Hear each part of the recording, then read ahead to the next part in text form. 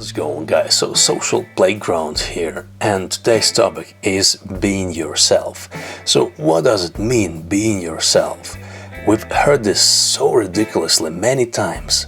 Be yourself. Sounds amazing, doesn't it? Probably the top number one super duper advice we ever got. It was supposed to make us better in whatever we were doing. So be yourself.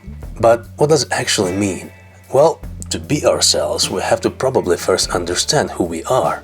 We have to find ourselves and, to verify whether we actually are okay with what we see. And actually, usually people are not that quite satisfied with what they see. In most cases, people want to improve, and that is completely normal and awesome, the way it should be in fact. But are you going to improve if you are staying where you are and are being yourself? Is anything going to happen if I sit watching television or play games all day long? Because that's who I am, that's what I do. So is any of my dreams are going to happen if I stay myself and do nothing to achieve them? Well, probably not. So to actually become a better self, we have to leave our comfort zones. And doing so means that we don't have to be ourselves. We actually need to act differently to achieve any kind of results.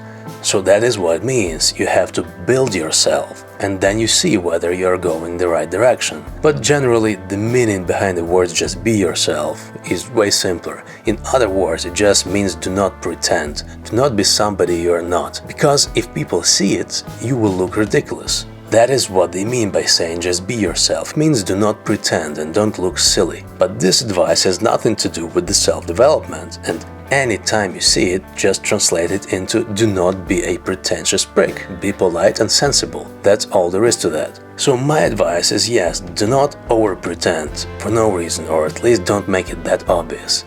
You can have fun by playing different roles, like actors do. You can find many different interesting traces of your character doing this, but in general, yes, don't be pretentious.